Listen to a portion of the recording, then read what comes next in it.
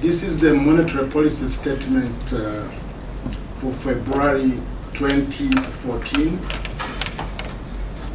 Annual core inflation, this is the measure of inflation that excludes prices of food crops, energy, and utilities, was slightly lower than projected in January 2014, declining to 4.6% from 5.7% in December 2013. Core prices have virtually remained flat in the 3 months to January 2014 as a result of exchange rate appreciation of about 6.8% over the last 1 year. The annual overall inflation, the headline inflation, however, rose to 6.9% from 6.7% in December 2013, largely on account of annual food crops inflation, which rose to 21.4% from 12.7% in December 2013. The increase in annual food crops inflation was largely due to the relatively low price levels of food crops in January 2013. Both monthly headline and core inflation declined by 0.1%. Both of them declined by 0.1%, from 0.1% and 0.2% respectively in December 2013. The Bank of Uganda forecasts indicate that average annual headline and core inflation are likely to remain in the range of 5 to 6% in the first half of 2014, increasing only gradually above the target over a 12-month horizon as excess capacity is absorbed. The outlook for inflation is subject to several risks emanating from both the external environment and the domestic economy.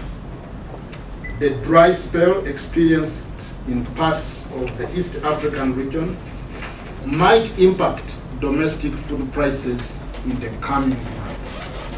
In addition, a reversal of the current exchange rate appreciation would also serve to strengthen inflationary pressures going forward. Real GDP growth for 2013-14 is projected at between 6 to 6.5%. Domestic household demand is slowly gaining traction and is expected to continue to rise. Although growth in a credit extension to the private sector by the banking system has continued to be subdued, as reflected by its 12-month growth of 6.3% in December 2013, credit extension to households continued to rise at a fast pace, growing by 38% in contrast to a decline of 13% at the corresponding time in 2012. The buoyant credit to households is expected to support economic growth going forward. In addition, the improving global economic environment and the increased fiscal stimuli, including public investment on infrastructure, will be growth supporting. However, the domestic economy faces a risk of an adverse demand shock if the conflict in Southern Sudan is sustained. Weighing the various domestic and external considerations, Bank of Uganda judges that the balance of risks has remained virtually unchanged from the January 2014 monetary policy statement. Therefore, the Bank of Uganda will maintain the central bank rate at 11.5% in February 2014. The band on the CBR will be maintained at plus minus 2 percentage points, and the margin on the rediscount rate at 3 percentage points on the CBR. Consequently, the rediscount rate and the bank rate for February 2014 will remain at 14.5 and 15.5 respectively. The Bank of Uganda will continue to carefully assess the evolution of risks to the global and domestic economy and the implications of these risks for the overall outlook of domestic inflation and growth.